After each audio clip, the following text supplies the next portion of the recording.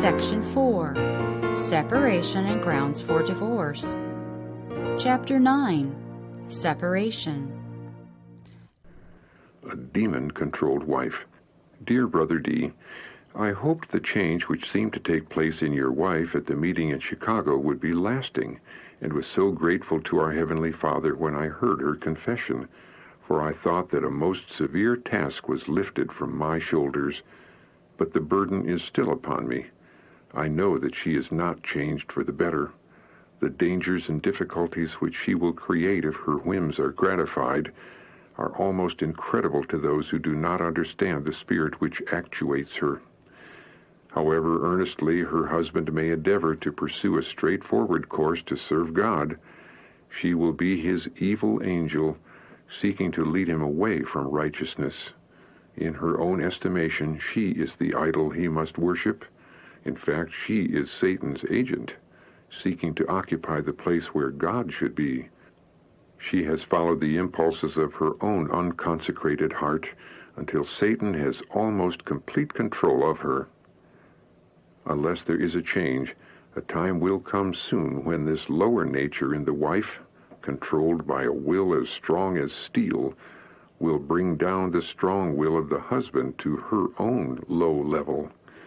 In this case, it is not the woman whom Brother D is dealing with, but a desperate satanic spirit. The Lord has a work for Brother D to do, but if he is overcome by these outbursts on the part of his wife, he is a lost man, and she is not saved by the sacrifice. Separation better than apostasy. His best course with this child wife, so overbearing, so unyielding, and so uncontrollable, is to take her home and leave her with the mother who has made her what she is. Though it must be painful, this is the only thing for him to do if he would not be ruined spiritually, sacrificed to the demon of hysterics and satanic imaginings. Satan takes entire control of her temper and will and uses them like desolating hail to beat down every obstruction. Her husband can do her no good, but is doing himself incalculable harm and robbing God of the talents and influences he has given. God has placed the husband at the head of the family, and until Sister D shall learn her place and duties as a wife, it will be best for him not to be connected with her in any way. The wife is to respect and obey, but if she utterly refuses to keep the marriage vow, she will be more and more the sport of Satan's temptations, and if her husband consents to keep her by his side, to wear out his life, he will become discouraged and unfitted for the Lord's service. He is under no obligations to keep one by his side who will only torture his soul. I was shown that he has already been losing his manhood and has been influenced and molded by his wife. Their marriage was a snare of Satan. Priority of God's claims. Sister D is determined to rule or ruin. I was shown that she has so thoroughly yielded herself into Satan's hands that her husband fears for her reason, but he will make one of the gravest mistakes of his life if he permits himself to be controlled by Satan through the device of his wife.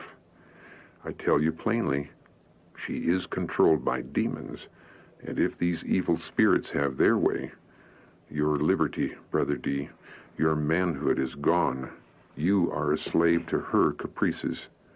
She is just as much possessed by a demon as was the man who tore and cut himself when Jesus cast out the devils. Brother D must let Satan rage and not allow himself to be cut off from religious privileges because his wife desires it. If she runs away, let her go. Even if she threatens to take her own life, do not yield to her wicked demands. Even if she should carry out her threat, it would be better to look upon her silent in death than to allow her to murder not only her own soul, but that of her husband, and be the means of destroying many others. Permanent nature of marriage vows. Brother D, you have been terrified by the violence of your wife, but the course for you to pursue is the straightforward path of truth, righteousness, and wisdom. having the fear of God always before you. Satan is already exulting over his success.